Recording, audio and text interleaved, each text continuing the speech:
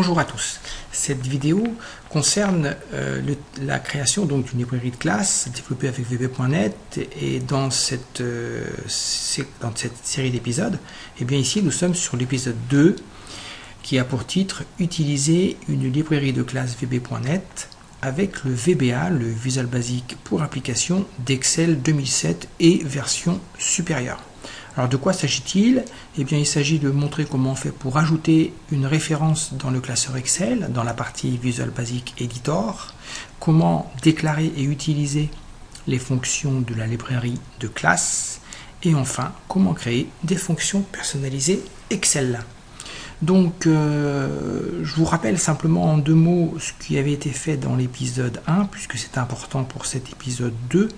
Dans l'épisode 1, vous vous rappelez, nous avions créé une librairie de classe qui s'appelait DemoClass, et quand on avait regardé ce qui se passait dans l'information de l'assembly, on avait appelé l'assembly ma démo de classe, même si le fichier DLL s'appelle democlass.dll. Suite à la compilation, quand on avait fait générer la solution, on avait obtenu des fichiers dont deux particulièrement importants qui sont democlass.dll et democlass.tlb, qui est ce qu'on appelle la bibliothèque de type. Alors, une bibliothèque de type, si vous cherchez sur Internet, une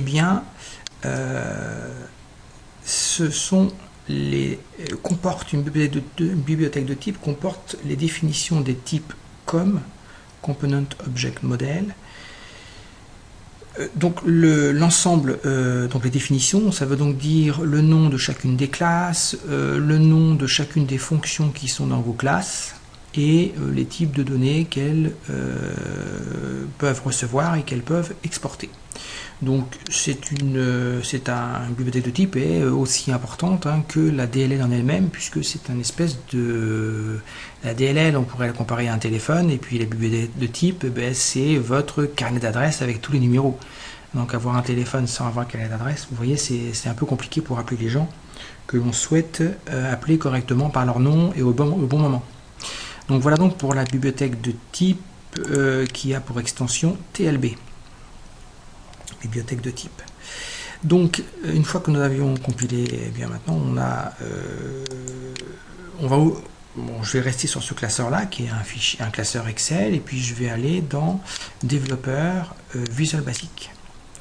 Alors j'ai créé, pour gagner un petit peu de temps, une procédure que j'ai appelée sub de démo, qui va vous montrer comment ça marche en fait. Mais avant de vous en parler, je vais essayer de la lancer pour voir ce qui se passe et constater que ça ne fonctionne pas.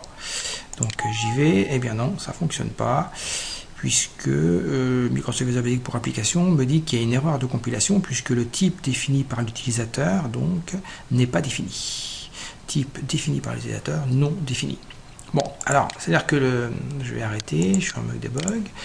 Ça veut dire que la dim maclass as new democlass.class1. Alors, revenons sur Visual Studio 2015. Democlass, c'est le nom du fichier DLL. Vous voyez, democlass.dll. Et puis .class1, c'est le nom de la première classe, et la seule d'ailleurs, qui se trouve dans democlass.dll.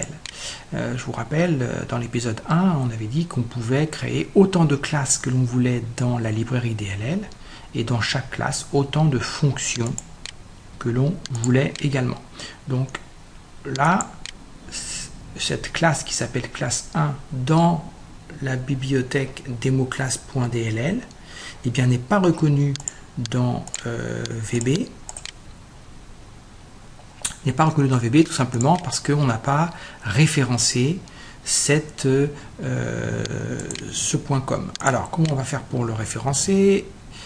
Une fenêtre qui est apparue toute seule. On clique sur Outils référence. Alors, Outils référence, si on cherche democlass.dll, on ne va pas la trouver parce qu'en fait, le nom qu'on lui a donné au niveau de la compilation, c'est ma démo, je la cherche, il faut que je la trouve sur ce coup-là. Oui, voilà, ma démo de classe. Voilà comment elle s'appelait au niveau de la computation. Donc Excel a reconnu cet environnement-là, il a reconnu le chemin aussi. Alors si vous voulez exporter, si vous voulez donner votre application et qu'elle puisse fonctionner sur d'autres PC, hein, il faut aller voir l'épisode 3 pour savoir comment on fait pour qu'il puisse la reconnaître ailleurs que dans ce chemin-là. Si par hasard elle n'était pas listée, bon, ça voudrait dire qu'elle n'a pas été correctement inscrite au niveau de la base de registre, hein.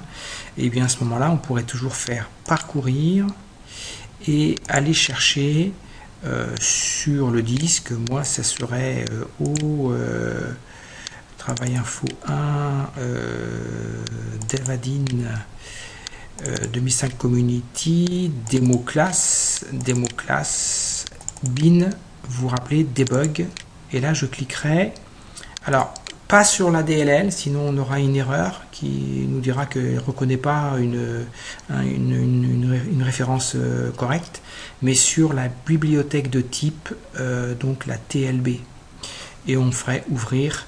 Bon, si je le fais, il ne se passera rien parce qu'en fait elle est déjà définie, donc si je le fais, bah, il me la remet, il revient sur bien sûr celle qui porte ce titre là. Voilà, elle est là, donc ça n'a pas changé grand chose, à juste cocher puisqu'elle apparaissait déjà, c'est le même chemin, et je fais OK. Donc cette fois-ci on a indiqué au Visual Basic Editor le fait qu'il y avait une classe democlass.dll qui était utilisable, et grâce à la bibliothèque de type, eh bien, le VBA, l'environnement VBE, Visual Basic Editor, comprendra la création quand on va définir une nouvelle instance. Alors, cette ligne-là est extrêmement importante. On va avoir dim, ma classe, donc ça, vous avez le choix du nom, as new, democlass.class1. Alors ça veut dire quoi? Ça veut dire que vous allez instancier une classe, hein, qui sera dans le fichier democlass.dll et qui concernera la classe qui s'appelle classe 1. Donc c'est ce qu'on appelle un constructeur. On va construire ici. Et puis ensuite on va utiliser les fonctions de la classe democlass. J'aurais dû dire, oh là là, de la classe classe 1, pardon. De la classe 1, voilà, comme quoi, vous voyez, c'est du live. Alors, bah, ici, vous vous rappelez la fonction, si je reviens dans la classe 1, justement, eh bien, on avait la fonction manorm qui calculait la norme d'un vecteur, qui était la racine carrée de x2 plus y2. Et puis on avait subespace qui était une fonction qui, à un string donné, une chaîne de caractères donnée, pardon, renvoyait la chaîne de caractères sans les espaces. Voilà. Donc je reviens sur la partie VBA du code. Et bien donc ici on va utiliser comme une fonction Excel classique, sauf elle commencera par le nom ici de votre classe que vous avez construite. Donc c'est ma classe point ma norme 4,5, c'est-à-dire x ici vaudra 4, y vaudra 5. Je le mets dans rep, et puis dans ce cadre de démo on va l'imprimer dans la fenêtre d'exécution que voici. Pour appeler la fonction subespace, eh bien on va faire ma classe.subespace. Vous voyez que toutes les fonctions de la classe qui s'appelle classe 1 et qui ici sera nommée ma classe, eh bien sont utilisables simplement comme des fonctions Excel natives. Alors je vais mettre bonjour à tous les amis, et puis je vais lui demander qu'il m'enlève les espaces de tout ça. Ensuite on peut imprimer donc dans la fenêtre d'exécution, et là voilà, je ne vais pas faire des messages box ou autre, puisque le but ici c'est vous montrer comment on fait pour utiliser des fonctions qui sont comprises dans une classe. Je vais enregistrer et puis je vais le lancer. Alors qu'est-ce qui se passe? Eh bien, il a calculé ici la racine carrée de 4 au carré 16 plus 5 au carré 25, et il trouve 6,403, etc. C'est juste. Et puis, quand on lui a donné une chaîne de caractères bonjour à tous les amis, ben, il nous ressort bonjour à tous les amis, mais sans les espaces, bien entendu, puisque c'était le but de cette fonction. Voilà donc pour cette procédure de démo.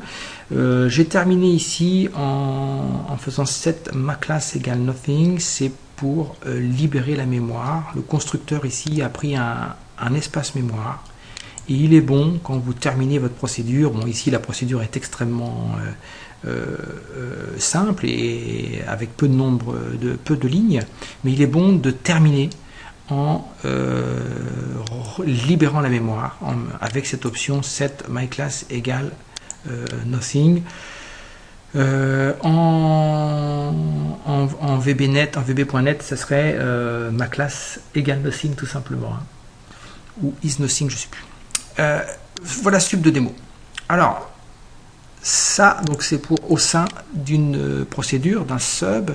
Et puis, on pourrait aussi utiliser ces deux nouvelles fonctions au niveau des formules Excel. Alors, si on revient dans une feuille classique, et si je fais ici égal maClass, vous voyez qu'on n'a pas de fonctions qui vont être connues comme étant des fonctions au sein du code, tout simplement parce que avec le calcul dans les cellules, on n'est pas capable de construire maClass. Donc l'idée c'est de fabriquer des fonctions. Alors je vais fabriquer une fonction manorm. Fonction manorm qui aura deux paramètres x et y, et puis au niveau de la fonction je construis ma classe, j'utilise la fonction manorm qui se trouve dans la classe classe 1, je libère la mémoire et puis ensuite je renvoie le résultat grâce à la fonction qui s'appelle manorm. Même chose pour sans espace, on va décalquer, on va effectivement construire ma classe dans DémoClass classe 1, on va utiliser la fonction subespace et puis on va libérer la mémoire et puis renvoyer grâce à la fonction sans espace cette valeur là. Donc on a dit sans espace et puis manorm.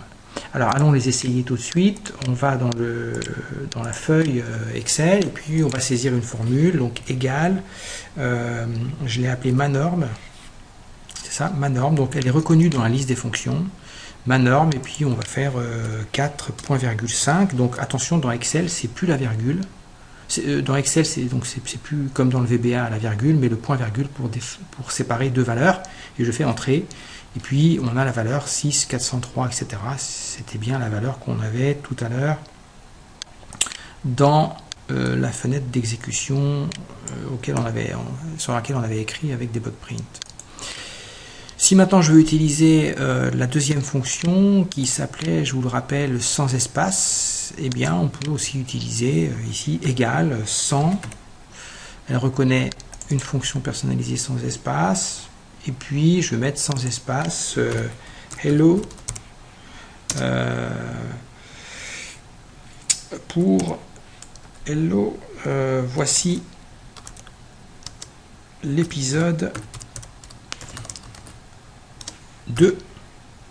Voilà la chaîne de caractères, je ferme la parenthèse et puis on va valider par entrée. Et puis la réponse a été effectivement hello, voici l'épisode 2, mais sans espace, comme c'était demandé par la fonction. Voilà donc pour cet épisode 2. Donc ajouter une référence dans le classeur pour que vos fonctions au sein de la DLL soient visibles par le code VBA, déclarer et utiliser les fonctions de la librairie de classe, et puis enfin créer des fonctions personnalisées si vous le souhaitez. Cette troisième partie n'est pas utile pour les gens qui souhaiteraient utiliser leurs fonctions uniquement dans leur code VBA pour faire un programme.